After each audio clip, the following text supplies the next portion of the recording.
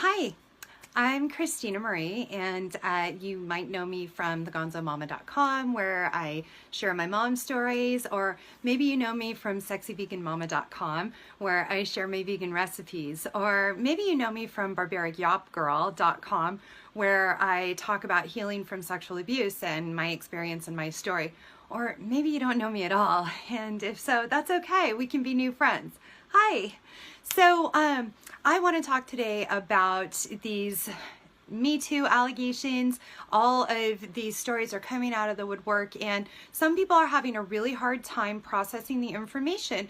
And I'm seeing kind of some recurring themes in response to these allegations. I mean, today we just heard about Matt Lauer. We heard about Garrison Keillor.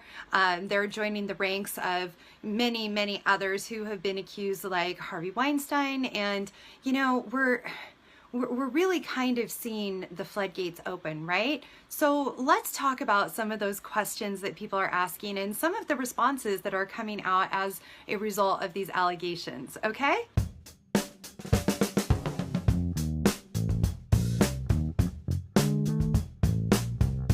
Yeah, okay. So there were some allegations made, but whatever happened to innocent until proven guilty? Right, so you might be a little bit confused about the phrase innocent until proven guilty. See, that refers to the status of someone who has committed an alleged crime in a court of law. They are considered innocent until proven guilty in a court of law. So what that means is that if someone is accused of sexual misconduct or sexually abusing someone or sexually assaulting someone, it means that legally speaking, they are innocent until proven guilty in a court of law. So that does not apply to administrative reviews. It does not apply to internal investigations by employers, and it is not a threshold for termination or continuance of employment. So let me just share a little story with you. I was sexually abused by my teacher when I was in the 6th grade. I was 10 years old. Now, the school handled it administratively. They did an investigation. He was suspended and eventually terminated. It was reviewed by our state educational agency, the Office of the Superintendent of Public Instruction. They found, after their investigation, that it was more likely than not that those sexual abuse issues had actually occurred. So what they did is they revoked his teaching credentials so he can no longer teach school. And that is how an administrative hearing works. That is how an internal investigation works. However, he was not prosecuted in a court of law. And so for those who would say he's innocent until proven guilty, they're technically right. He is innocent as far as his legal status goes. But here's my question for you. How long would you like him to have been able to continue teaching? How long would you like for him to have had access to children while it was getting sorted out, possibly in a court of law? Should the school have waited years for criminal allegations to be turned into a criminal trial and possibly a guilty verdict? Or should they have taken action when they did? That's just something to think about. So when we hear about these studios looking at their decisions, the decisions that they can make, they can terminate a problem employee after an investigation, or they can continue to run the risk of providing that perpetrator with more victims and more opportunities. So that has no bearing on their criminal status, legally speaking. Does that make sense?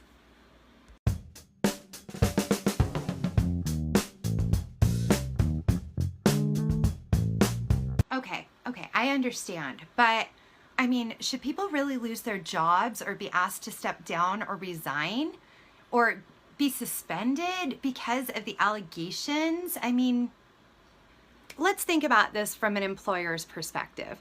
Do you think that those news agencies, that those movie studios, that those big employers are actually putting themselves at risk of a wrongful termination lawsuit?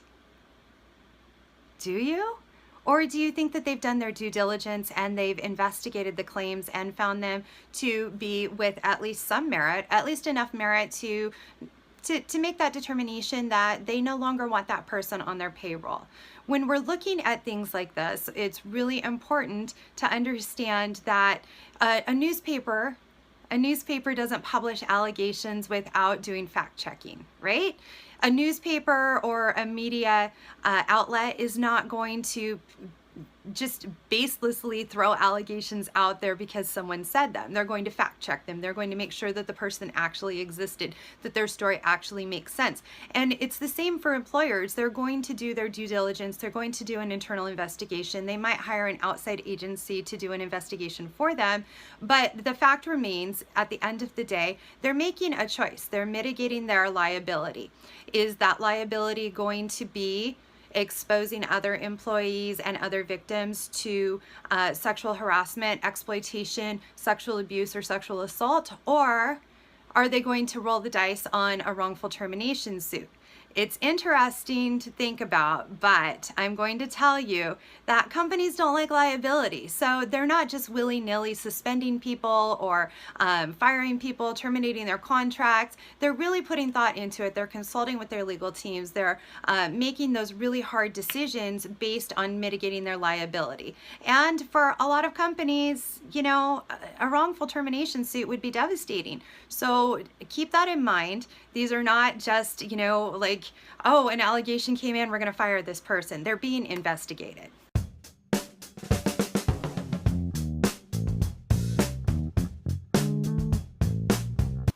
Okay, right. But, I mean, why did they wait so long to speak out? Survivors of sexual abuse and sexual assault and even sexual harassment have a number of reasons to not speak out when it first happens. They might tell a close friend, they might tell a trusted individual in their lives, but they may not go directly to the police, or they may not go directly to their employer. And there are a number of reasons, and each of those is personal to the person who's had the experience. They might fear not being believed. They might fear professional retaliation. They might be being gaslighted by the perpetrator. I mean, there are a number of reasons that people don't speak out. I personally didn't speak out because it was too traumatic, and I'd also been convinced by the perpetrator of my abuse that, you know, I was at blame or I was misunderstanding. It turns out he had lots of victims, lots and lots of victims over almost 20 years. And most of those people didn't speak out for a number of reasons. It's difficult to say why each individual person doesn't speak out at the time in a grand fashion. They don't go running to the media. They don't grab a megaphone and shout it from the rooftops. But understand that trauma affects everyone differently. And in fact, studies have actually shown that trauma can take years to get over, sometimes a lifetime. It can last forever. That healing process is long, and sometimes survivors just don't know what to do with the situation. They may self-blame. They may, you know, doubt the actual occurrence. Maybe they did something to create it. You know, that might be the feeling that they're internalizing. Maybe it was my fault. Maybe I misunderstood. Maybe it didn't really happen like that. So keep in mind that every survivor is going through her own process. Now, here's what's really interesting. There is safety in numbers, and we're seeing with this hashtag #MeToo movement, we're seeing a lot of numbers, right? So many survivors who were afraid to speak out before may feel more protected and insulated and comfortable speaking out now because they know that they aren't alone. Living through sexual trauma can be really isolating, and so when they see that they aren't alone, it may give them the courage to speak out. And let's not forget that we live in a society that frequently victim blames. We ask rape survivors, you know, well, what were you wearing? We ask survivors, why were you in that area of the city at night by yourself? I mean, we put the blame squarely on, or at least partially on, the survivor instead of where it actually belongs, which is always on the perpetrator. So victims know that they're going to face that scrutiny and they're going to face that backlash every single time they speak out.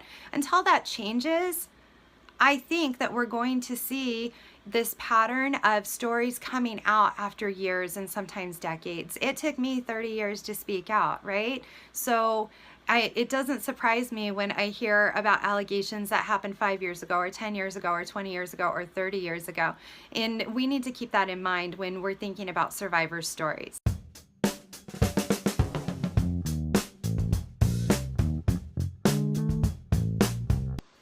Okay, fine. But you know what? I know someone whose cousin's uncle's brother had a roommate once who was falsely accused, and it ruined his life. I mean, how do we know that these aren't false allegations, right? Like, we're ruining people's lives. I don't deny that false allegations can potentially ruin lives. However, false allegations are pretty rare. The fact is that a very, very, very, very, very small percentage of reported sexual assault, sexual abuse allegations are actually found to be false. Now, that's not to say that they don't happen. You know what? Two-headed snakes actually exist in the world, but they're very rare. So when we're looking at this situation, we need to realize that percentage-wise, most reported sexual abuse and sexual assault complaints are actually real. So we are not in the business of ruining people's lives just for fun or for political gain. And I've seen that going around a lot. You know, oh, this is politically motivated. Well, you know what? Here's the thing. People from all across the political spectrum have now been accused of alleged sexual assault, sexual harassment, or sexual misconduct. So we're looking at an epidemic that knows no political boundaries. And I've got to tell you, nobody gets a medal for surviving a rape. Nobody gets a medal for surviving sexual abuse. No one gets a medal for surviving sexual harassment in the workplace or anywhere else. There are no medals given out. We don't get a badge of honor. We live with the experience forever. And it's one thing to say that it can ruin people's lives to be accused of this type of behavior, but I want you to know that experiencing those things does ruin people's lives. It ruins the victims' lives. As I said, that healing process can last absolutely a lifetime. Some people never get to a point where they even begin to heal. So when we're talking about ruining lives, I want you to think about the number and the magnitude of lives that have been ruined by sexual assault, sexual abuse, or sexual harassment. I hope that this has cleared up some of the questions that you might have had when you hear the next allegation, because trust me, they're coming. Like, you know what? The world is standing up and saying no more. No more sexual abuse, no more sexual assault, no more sexual harassment. We need to change society's way of thinking. I don't try to kid myself that I'm going to stop seeing these questions, but I hope that this has helped answer some of them for you. If you have any input, questions, or comments, please feel free to leave them, and I look forward to chatting with you again.